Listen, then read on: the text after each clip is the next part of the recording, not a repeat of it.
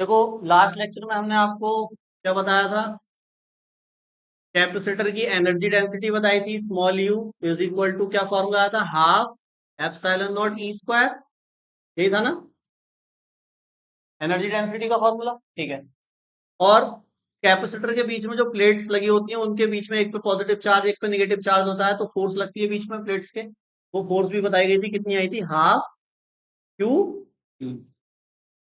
ये दो आपको आर्टिकल कल कराए गए है ना? ठीक है। अच्छा, ये जो एनर्जी डेंसिटी है ये कब के लिए है? जब एयर हो कैपेसिटर के अंदर। मान लो डाइलेक्ट्रिक मटेरियल हमने फिल कर दिया, कैपेसिटर में डाइलेक्ट्रिक मटेरियल फिल है। अब बताओ कितनी होगी एनर्जी, एनर्जी डेंसिटी सॉरी। क्या फॉर्मूला होगा बताओ, बता सकता है कोई? अगर डाइलेक्ट्रिक मटेरियल फिल है तो के आ जाएगा। के कहाँ आता है? जहां एप्सिलॉन नॉट होता है ना वहीं के लगा देते हैं। तो ये फॉर्मूला बन जाएगा फिर एप्सिलॉन नॉट इंटू के और ई स्क्वायर। अगर एप्सिलॉन नॉट नीचे होता तो के नीचे लग जाता है, देखा है कहीं नीचे के? कहाँ देखा है? इलेक्ट्रिक फील्ड का जो फॉर्मूला होता है, जैसे प्लेटों के बीच जो इलेक्ट्रिक फील्ड होती है कितनी होती है? ई बराबर सिग्मा अपॉन एप्सिलॉन नॉट होती है ना। अगर कोई मीडियम भर दिया जाए तो फिर ये सिग्मा अपॉन एप्सिलॉन नॉट के हो जाती है। तो देखो के कहाँ लगता है? जहां एप्सिलॉन नॉट हो। तो इसको ऐसे याद रख सकते हैं, है ना? ठीक है, चलो।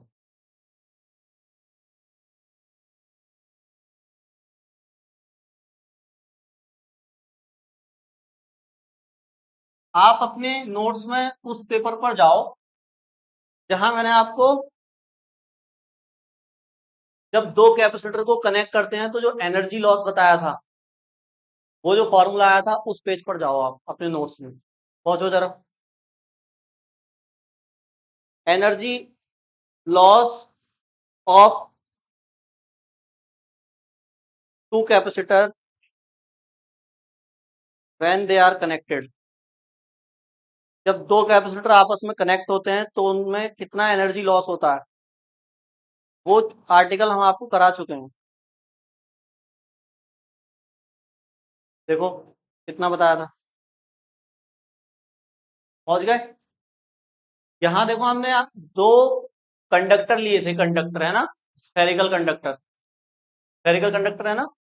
उन दोनों को एक वायर से कनेक्ट कर दिया था। दो स्फेरिकल कंडक्टर ये नहीं है, पीछे करो और ये तो न्यूमेरिकल होगा शायद। ये न्यूमेरिकल है, इसके पीछे करो और आगे इसका डायग्राम कहाँ है? तो दो कंडक्टर लिए थे, उनको एक वायर से कनेक्ट कर दिया था, ए और बी। और फिर हमने देखा था कि जब दोनों कंडक्टर को हम कनेक्ट कर देंगे वायर से तो कितना पोटेंशियल एनर्जी का लॉस होगा। तीन चीजें निकाली थी, पहले निकाला था कॉमन पोटेंशियल, फिर क्या निकाला था? अमाउंट ऑफ चार्ज ट्रांसफर, और लास्ट में निकाला था लॉस ऑफ पोटेंशियल एनर्जी। तो बताओ जरा क्या फॉर्मूला आया था लॉस ऑफ पोटेंशियल एनर्जी का? बताओ direct. Loss of potential energy तो डेल्टा यू कह देते हैं, हाँ। C1 upon C1 C2 divided by 2, बाहर है C1 + C2, ठीक है। फिर V1 माइनस का होल। देखो इतनी पोटेंशियल एनर्जी होती है जब दो कंडक्टर को हम आपस में कनेक्ट कर देते हैं, तो पोटेंशियल एनर्जी का लॉस कितना होता है ना? वहां डिटेल में इस फॉर्मूले को ड्राइव कराया गया है पूरा, कॉमन पोटेंशियल और अमाउंट ऑफ चार्ज ट्रांसफर की हेल्प से हमने इस पूरे फॉर्मूले को ड्राइव कराया है वहां पर, है ना? तो अब इसको फिर से हम ड्राइव नहीं कराएंगे। मतलब मान लो हमने वहां जनरल बात करी थी ना, मैंने कहा था मान लो ये दो हमारे क्या हैं, कैपेसिटर हैं या कंडक्टर हैं। तो फिर दो कैपेसिटर कैसे भी हो, शेप मैटर नहीं करती। यहाँ पर कोई शेप थोड़ी ना आई है इस फॉर्मूले में। भाई स्फेरिकल हो, पैरेलल प्लेट हो, सिलेंड्रिकल हो, शेप का कोई मैटर नहीं होता है, कैपेसिटर तो है ना। तो ये फॉर्मूला जनरल है। दो कैपेसिटर को जब कनेक्ट कर देते हैं तो पोटेंशियल एनर्जी में जो लॉस होता है वो इतना ही होगा। चाहे पैरेलल प्लेट कैपेसिटर को कनेक्ट कर दो, या सिलेंड्रिकल को कनेक्ट कर दो, या स्फेरिकल को कर दो, कोई फर्क नहीं पड़ेगा। ठीक है। तो डायरेक्ट इस फॉर्मूले का यूज करके हम न्यूमेरिकल स्टार्ट करेंगे अब। ठीक है, इस फॉर्मूले को नोट कर लो जरा कहीं पर, कॉपी पर, जो रिड्यूस कर दिए गए हैं साथ, उन क्वेश्चन को भी हम कर रहे हैं। ठीक है, आपकी बुक में सेकंड चैप्टर में एनसीईआरटी में केवल 11 क्वेश्चन है, लेकिन हमने देखो नंबर कौन सा डाला है, 26 पहले थे, है ना। तो क्यों कर रहे हैं इनको, क्योंकि हमारा जो टारगेट है वो केवल बोर्ड एग्जाम थोड़ा ना है, हमारा टारगेट है फिजिक्स को सीखना। सबसे मेन टारगेट ये है कि हमसे फिजिक्स आ जानी चाहिए, कोई भी प्रॉब्लम है उसको सॉल्व करना आना चाहिए, है ना। तो बोर्ड एग्जाम क्या, जेई क्या, नेट नीट क्या, सब निकल जाएगा अगर टारगेट ये रखोगे तो। टारगेट केवल बोर्ड रखोगे तो फिर बोर्ड लेवल की फिजिक्स सीखोगे, टारगेट केवल जेई रखोगे तो जेई लेवल की फिजिक्स सीखोगे, टारगेट यही रखोगे कि फिजिक्स सीखना है, तो फिर तो लिमिट ही नहीं है ना कोई फिजिक्स सीखने की, तो फिजिक्स तो सीखते ही रहोगे फिर। तो इसलिए ये न्यूमेरिकल इसलिए कराया जा रहा है ताकि कॉन्सेप्ट बिल्ड हो जाए। ऐसा न्यूमेरिकल ना है तो इस जैसा आ जाएगा तो कर देंगे हम, समझ गए ना। तो 2.26 में देखो क्या बोला गया है, कह रहा है किसी समांतर प्लेट संधारित्र की प्रत्येक प्लेट का क्षेत्रफल दिया हुआ है, पैरेलल प्लेट कैपेसिटर है और इसकी प्लेट का एरिया गिवन है। पहले इतनी बात लिख लेते हैं, कितना दिया हुआ है देखो, 90 सेंटीमीटर स्क्वायर एरिया। ठीक है, आगे बोला इनके बीच पृथक्कन 2.5 mm है, बीच का डिस्टेंस दिया हुआ है डी, पृथक्कन का मतलब सेपरेशन 2.5 mm मिलीमीटर। देखो यूनिट सारी अलग अलग दी है इन्होंने, हमको एक बनानी पड़ेगी, है ना। आगे बोला है 400 वोल्ट संभरण से, संभरण का मतलब होता है देखो सप्लाई, सप्लाई मतलब बैटरी, संभरण वर्ड आएगा हिंदी में लिखा हुआ, संभरण से संधारित्र को आवेशित किया गया है, मतलब इसको जो चार्ज किया गया है ना, वो 400 वोल्ट की बैटरी लगा के इसको चार्ज किया है हमने। बैटरी का जब सिंबल बनाते हैं तो कई सारे टर्मिनल बनाते हैं, सेल का बनाते हैं तो दो, एक बड़ा और एक छोटा, इसकी पहचान है, ये बैटरी का सिंबल है ना। चलो ठीक है, इससे चार्ज किया है, तो बताओ, मतलब इसकी वोल्टेज दे रखी है, मतलब वी दिया है 400 वोल्ट, जितना जितने वोल्ट की आपने बैटरी लगाई है, ध्यान सुनो, जो वोल्टेज बैटरी के टर्मिनल पे होगा ना, वही वोल्टेज कहाँ मेंटेन होगा, प्लेट के टर्मिनल पे, ये बात ध्यान रखना। तभी डाइलेक्ट्रिक मटेरियल भरते हैं तो कैपेसिटी बढ़ जाती है, क्योंकि बैटरी उतना ही टर्मिनल बनाए रख, मतलब वोल्टेज बनाए रखती है जितना उसके टर्मिनल पर है। तो यहाँ अगर 400 वोल्ट की 400 वोल्ट है तो यहाँ भी पोटेंशियल डिफरेंस कितना होगा, 400 वोल्ट ही होगा। उसको अगर आप कम कर दोगे तो बैटरी फिर से उसको 400 वोल्ट ही बनाएगी, तो फिर बैटरी एक्स्ट्रा चार्ज देगी। जब डाइलेक्ट्रिक भर देते हैं तो वो 400 ही कम हो जाता, मतलब जो वोल्टेज है वो ही कम हो जाती है, उसको बढ़ाने के लिए फिर बैटरी और चार्ज होती है, तो कैपेसिटी बढ़ जाती है। तो डिटेल में एक्सप्लेन किया है हमने, है ना। आगे क्या बोला है, संधारित्र कितना स्थिर वैद्युत ऊर्जा संचित करता है। फर्स्ट पॉइंट है, दो पॉइंट है इसमें। पहले पूछ रहे हैं ये जो कैपेसिटर है कितनी एनर्जी, पोटेंशियल एनर्जी स्टोर करेगा अपने अंदर, यानी यू पूछा है। कर दो जरा फर्स्ट पॉइंट खुद से, तो तुम मुझे कराने की जरूरत ही नहीं है, आप ट्राई करके देखो जल्दी। एक स्टूडेंट सही कर रहा है बस, देखो कैसे होगा हम बता देते हैं ये। देखो पोटेंशियल एनर्जी का कोई भी फॉर्मूला लगाओगे ना, तो वैल्यू आपको एक ना एक नहीं पता है इसके अंदर। जैसे मैंने ये वाला लगाया, जैसे मान लो आप ये भी लगाओगे, हाफ क्यू इंटू बी, तो यहाँ इस केस में आपको क्यों नहीं पता। जैसे मान लो आप ये लगाओगे पोटेंशियल एनर्जी का half Q square upon T, इसमें तो दोनों ही नहीं पता, ना क्यू पता ना टी पता। और थर्ड आता है ये वाला, तो ये लगाओगे तो इसमें भी आपको क्या नहीं पता, सी नहीं पता। तो मतलब कहने का ये है कि पहले आपको सी कैलकुलेट करना पड़ेगा ना, तब सी की वैल्यू यहाँ पुट कर देंगे हम। तो सी कैलकुलेट करने के लिए पैरेलल प्लेट कैपेसिटर है, parallel plate capacitor with air है, देखो बीच में कुछ नहीं फिट करा। अगर कुछ बोला भी नहीं है ना, ध्यान सुनो, अगर कुछ बोला भी नहीं है कि मतलब कैसा है, एयर है या फिल किया है नहीं किया है, तो आप के की वैल्यू से पता करेंगे। अगर के की वैल्यू दी है इसका मतलब डाइलेक्ट्रिक मटेरियल है, नहीं दी है तो फिर नहीं है, एयर मान के चलेंगे। तो कैपेसिटेंस का फॉर्मूला एयर के लिए होता है ए एप्सिलॉन नॉट अपॉन डी। देखो ए भी गिवन है और डी भी गिवन है और एप्सिलॉन नॉट जानते हैं। इस फॉर्मूले से पहले सी निकालो, उसके बाद फिर इस फॉर्मूले में रखकर यू निकलेगा। ऐसे किया करो, थोड़ा सा तो दिमाग लगाया करो यार। बिल्कुल सीधा सीधा क्वेश्चन थोड़ी आएगा फॉर्मूला बेस्ड।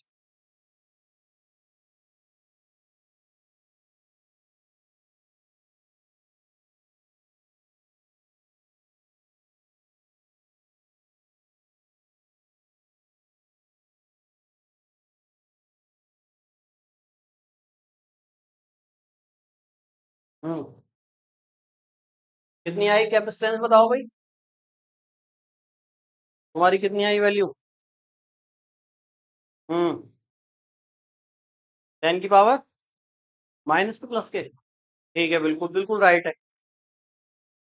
3.18 पूरा नंबर मत लो, केवल 18 तक लो, दो दो डिजिट तक लो बस।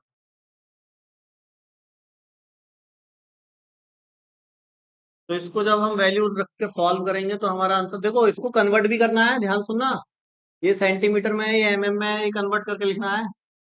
तो इसको कन्वर्ट करोगे तो ये आएगा 90 × 10 की पावर माइनस का 4 मीटर स्क्वायर, और ये आएगा 2.5 × 10 की पावर माइनस के 3 मीटर। ये वाली वैल्यू रखी जाएंगी यहाँ पे।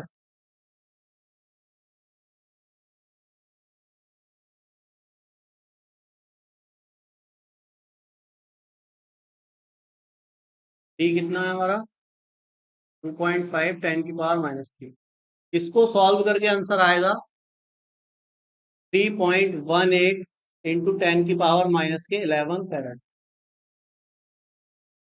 ठीक है, सॉल्व करना आप जानते हैं, आपको पता है कैसे होगा। तो ये जो सी की वैल्यू आई है, इसको हम यहाँ पुट कर देंगे, पोटेंशियल एनर्जी आ जाएगी। बताओ कितनी आई?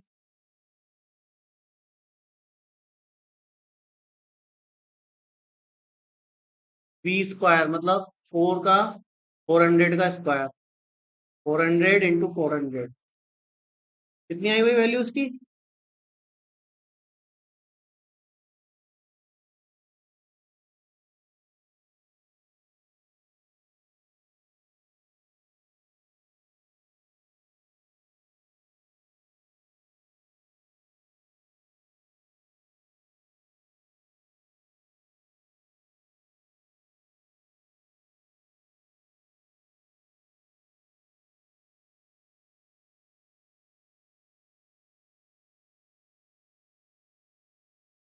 बताओ वैभव।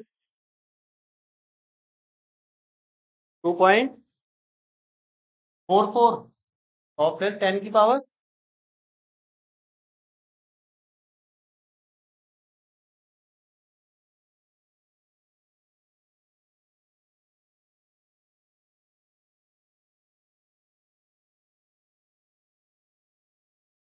18, 10 की पावर-15। नहीं यार, गलत आ रहा है। इसका आंसर आएगा, देखो सॉल्व कर लेंगे आप खुद से। हाँ, 2.5 आएगा, 54 आएगा, और इंटू 10 की पावर-6 आएगा। ये आया। हाँ, ये आ गई आपकी जूल में पोटेंशियल एनर्जी। ठीक है 4 नहीं 5 आएगा। देखो कहीं मल्टीप्लाई वगैरह में मिस्टेक तो नहीं आया। अब इधर देखो भी, तो आपने क्या निकाला ये अभी? इस कैपेसिटर के अंदर कितनी पोटेंशियल एनर्जी स्टोर होगी वो निकाल दिया आपने, है ना? तो क्या ही हमारे पास यू की वैल्यू यहाँ लिख देते हैं, डायरेक्ट आंसर 2.5 × 10 की पावर-6। इतनी पोटेंशियल एनर्जी इस कैपेसिटर में स्टोर हो जाएगी। ठीक। सेकंड पॉइंट उन्होंने क्या पूछा है, कह रहे हैं इस ऊर्जा को प्लेटों के बीच स्थिर वैद्युत क्षेत्र में संचित समझकर प्रति एकांक आयतन ऊर्जा स्मॉल यू ज्ञात कीजिए। ठीक, सिंपल है। कह रहे हम इतनी एनर्जी मान लो इसके प्लेटों के बीच में स्टोर हो गई है, तो प्रति आयतन ऊर्जा बता दो। प्रति आयतन ऊर्जा स्मॉल यू, सिंबल भी दिया हुआ है, मतलब एनर्जी डेंसिटी है ना। तो स्मॉल यू का फॉर्मूला आपको लगाना है और आपको आंसर निकाल देना। तो स्मॉल यू का कौन सा फॉर्मूला लगाओगे, देखो यहाँ थोड़ा सा समझ लो। Half epsilon not E square, ये बताया गया है, फॉर्मूला तो ये बताया गया है। अब इसको बच्चे दो तरह से कर सकते हैं। पहला मेथड तो ये होगा कि मान लो अगर आपको फॉर्मूला याद है तो आपने ये लगा दिया डायरेक्ट फॉर्मूला, और मान लो फॉर्मूला याद नहीं है, बहुत सारे फॉर्मूले होते हैं एग्जाम में, ये वाला फॉर्मूला भूल गए एनर्जी डेंसिटी का। तो मेथड याद रखना है, कॉन्सेप्ट जो सिखाया गया है वो याद रखना है। कॉन्सेप्ट क्या सिखाया गया है कि जो एनर्जी डेंसिटी होती है वो एक्चुअल में क्या होती है, पोटेंशियल एनर्जी को जब डिवाइड करते हैं किससे, वॉल्यूम से, इसको तो एनर्जी डेंसिटी बोलते हैं। तो पोटेंशियल एनर्जी आपने फाइंड कर रखी है, वॉल्यूम क्या होगा इसका, प्लेट का एरिया ए है और डिस्टेंस डी है। तो पोटेंशियल एनर्जी को यानी यू को डिवाइड कर दोगे किससे, वॉल्यूम हो जाएगा एडी से, है ना। ऐसे ही तो फॉर्मूला भी ड्राइव हुआ था ये। तो यू की वैल्यू देखो डायरेक्ट आपने निकाल दी फर्स्ट पॉइंट में, ए की भी गिवन है और डी की भी गिवन है। सबसे इजी मेथड ये रहेगा हमारे पास तो करने का, जनरल डेफिनेशन लेके चलोगे तो। लेकिन मान लो आपको फॉर्मूला याद है, आपने डायरेक्ट ये लगा दिया, फॉर्मूला लगा दिया, तो हो इससे भी जाएगा, लेकिन थोड़ी सी कैलकुलेशन टफ हो सकती है, मतलब मुझे भी नहीं पता होगी ना होगी, हो सकता है इससे आसान कैलकुलेशन हो जाए या इससे आसान हो जाए। मतलब मेथड दो है इसको करने के, ऐसे भी कर सकते हो और ऐसे भी कर सकते हो। जाहिर सी बात है इससे इजी होगी क्योंकि यू की वैल्यू हम डायरेक्ट पुट कर रहे हैं ना, इसकी कैलकुलेशन तो हम पहले करके आ चुके हैं ना, तो थोड़ा इजी हो जाएगा। इससे कैसे करोगे बताओ, इलेक्ट्रिक फील्ड गिवन है नहीं है ना, तो फिर इससे कैसे करोगे। हाँ, पहले आपको इसमें देखो दो बार कैलकुलेशन करनी पड़ रही है ना, तो ये बड़ा मेथड है थोड़ा सा। तो ई निकालना पड़ेगा, तो ई इक्वल टू क्या लगाओगे, V upon D. Equal to V upon D लगा के, वी गिवन है डी गिवन है, पहले ई निकालोगे, फिर ई की वैल्यू को यहाँ पुट करोगे, एप्सिलॉन नॉट की वैल्यू रखोगे, यहाँ से जो आंसर आएगा और यहाँ से जो आंसर आएगा सेम ही आएगा। कोई भी मेथड का यूज करके आंसर बताओ जल्दी, चेक कर लो। देखो इस मेथड से कर देते हैं, बहुत इजी हो जाएगा। तो u की वैल्यू बताओ कितनी, कैपिटल यू की 2.5 10 की पावर माइनस के 6 है, a की वैल्यू 90 इंटू 10 की पावर माइनस 4 है, d की वैल्यू 2.5 इंटू 10 की पावर माइनस 3 है, सारी वैल्यू पुट कर दी। अब देखो इजी इसलिए हो जाएगा, देखो 2.5 से 2.5 कैंसल, है ना। तो क्या बचा ऊपर 10 की पावर माइनस 6, नीचे कितना हो गया 90 इंटू 10 की पावर माइनस के 7, इसको ऊपर ले जाओ आप, तो माइनस के 6 प्लस 7 हो जाएगा, नीचे है 90, ऊपर आ जाएगी 10 की पावर 1 और नीचे 90, 10 की पावर 1 10 ही होता है, नीचे 90, जीरो से जीरो कट करेंगे आंसर आ जाएगा 0.1 जूल पर मीटर क्यूब। ध्यान सुनना, यूनिट देखो मैंने क्या लिखी है, जूल तो एनर्जी की यूनिट होती है और मीटर क्यूब होता है वॉल्यूम, तो एनर्जी पर वॉल्यूम है नहीं, है ना, जूल पर मीटर क्यूब।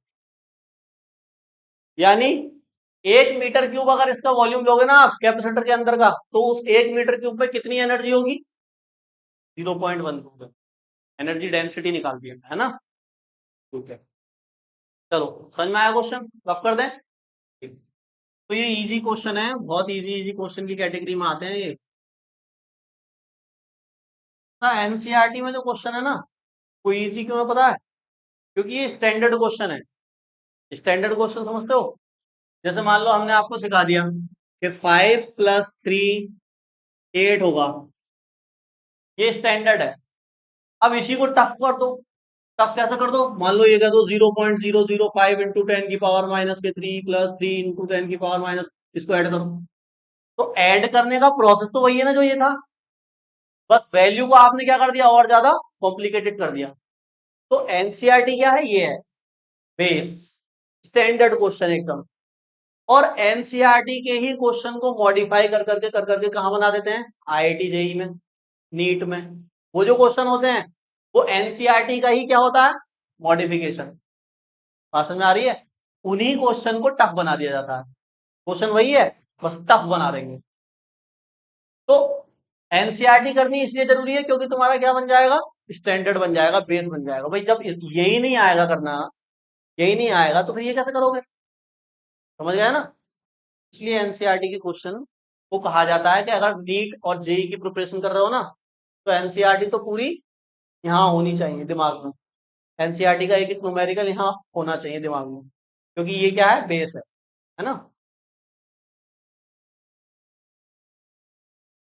अब देखो अगला न्यूमेरिकल क्या है हमारा, ये एनसीईआरटी का 2.11 क्वेश्चन है, लास्ट मतलब एनसीईआरटी की जो बुक में एक्सरसाइज है उसका लास्ट क्वेश्चन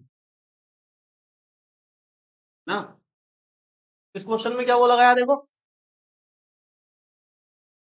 कह रहे हैं a 600 picofarad capacitor is charge by 200 volt supply.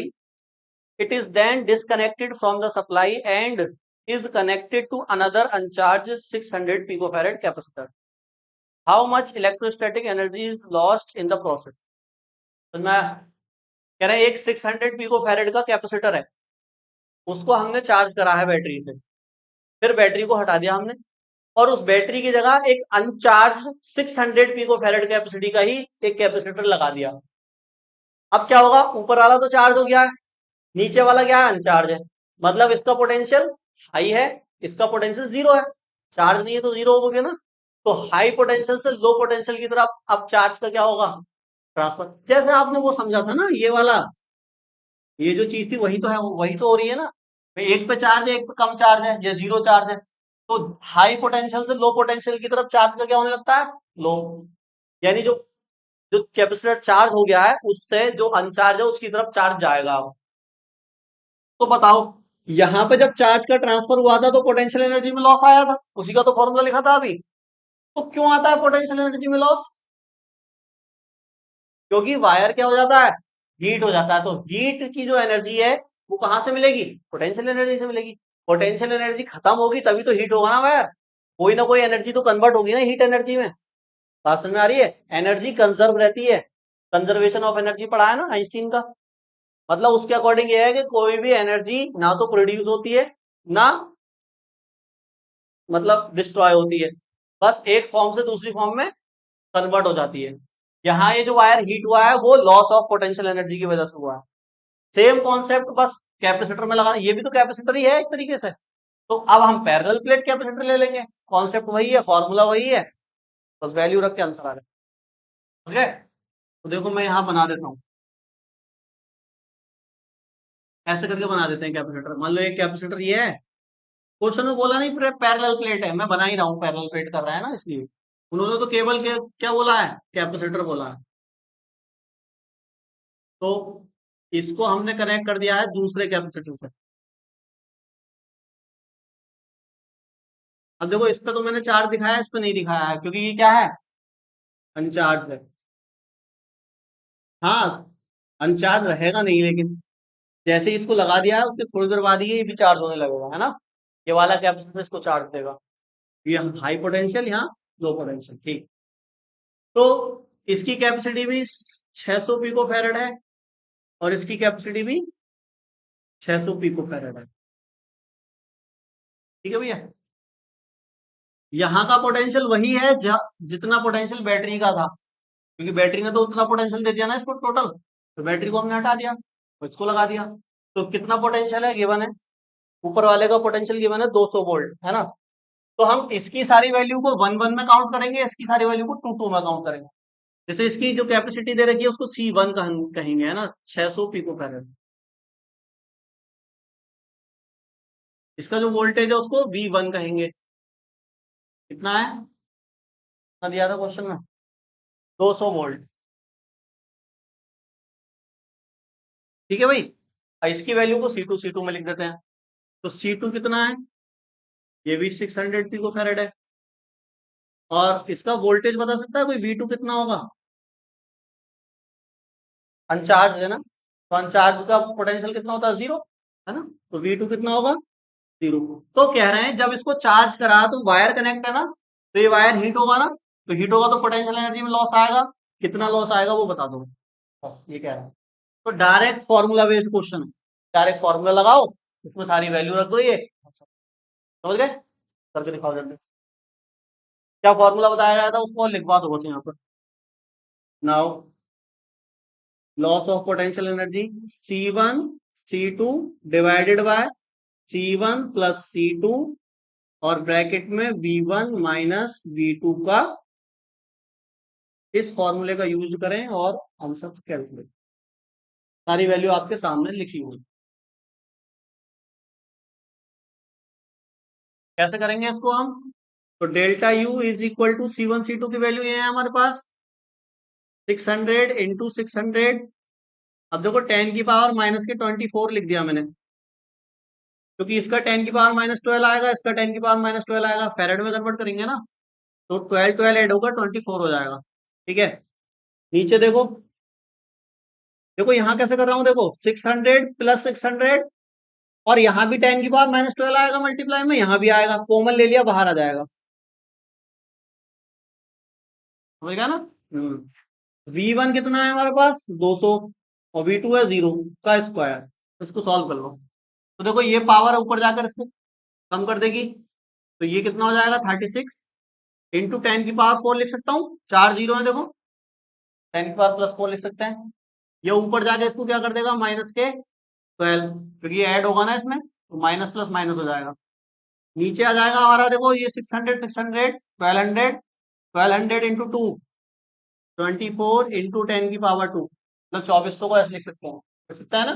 ठीक है, पावर में कन्वर्ट कर लिया करो जीरो को एकदम से, इसको मैं लिख सकता हूँ 4 इंटू 10 की पावर 4, बताओ 2 का स्क्वायर 4, 4 जीरो को 10 की पावर 4। ठीक है, अब देखो 4 6 जा 24, 6 6 जा 36, 4 6 जा 24, 6 6 जा 36, पावर एडजस्ट कर दो आंसर आ गया। तो delta U is equal to कितना आया, देखो 6 तो नंबर तो 6 ही आ गया, ठीक है। पावर देखो 4 और 4 8, 8 और नीचे से क्या आएगा, गड़बड़ हो गई क्या, सही है, तो आंसर कहाँ है। हाँ हाँ ठीक है ठीक है।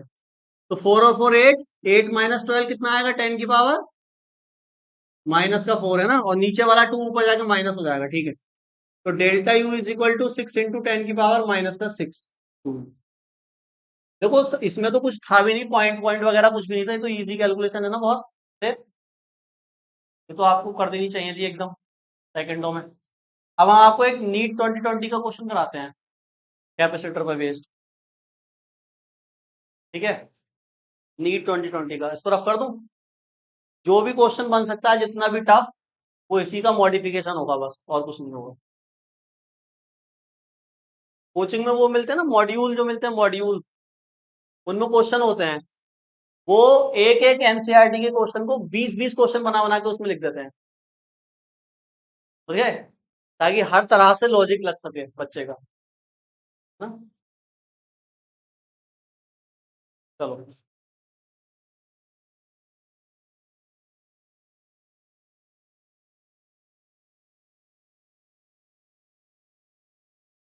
क्वेश्चन है देखो, ये नीट 2020 में आया है, नीट 2020,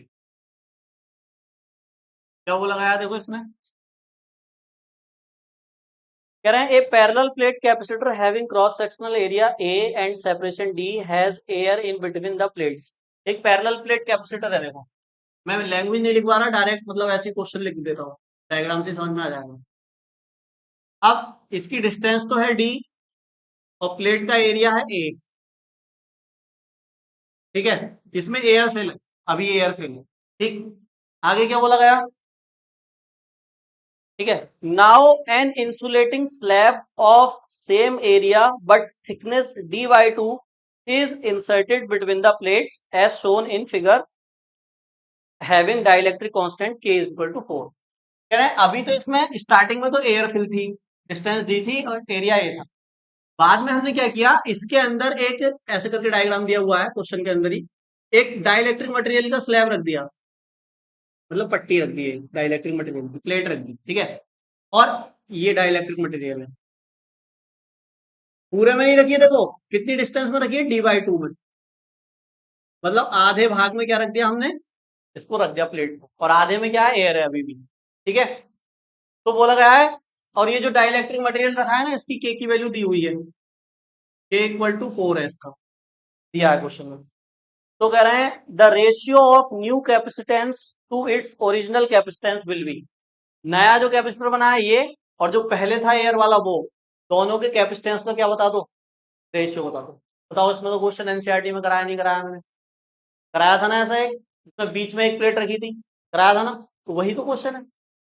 थोड़ा सा मॉडिफिकेशन कर दिया, d/2 नहीं लिया होगा हमने, वहां पे वहां कुछ और बोला होगा, 3/4 डी बोला होगा, 3/4 ही बोला था, या थर्ड फोर्थ कर दिया है डिस्टेंस का, मतलब उतनी प्लेट रखी है। तो बताओ कुछ चेंज आया क्या, और ये नीट में आया हुआ क्वेश्चन है, तो आता तो सब कुछ एनसीईआरटी से ही है ना, एनसीईआरटी को मिस कर देते हैं बच्चे, पढ़ते ही नहीं है, अलग अलग क्वेश्चन करते रहेंगे। तो इसको करके दिखाओ जल्दी से आप फटाफट, आंसर बताओ क्या आएगा। पहला इसका ऑप्शन है आपका 4:1, देखो इसमें से एक करेक्ट ऑप्शन होगा। बी वाला ऑप्शन है इसका 2:1। सी ऑप्शन है इसका 8:5। देखो सिमिलर क्वेश्चन कराया था बिल्कुल मैंने ऐसा ही, बस वैल्यू थोड़ी सी चेंज थी। 6:5 है। नहीं, डी की वैल्यू नहीं दी है, उसमें भी कहाँ दी थी डी की वैल्यू, ए की भी नहीं दी है।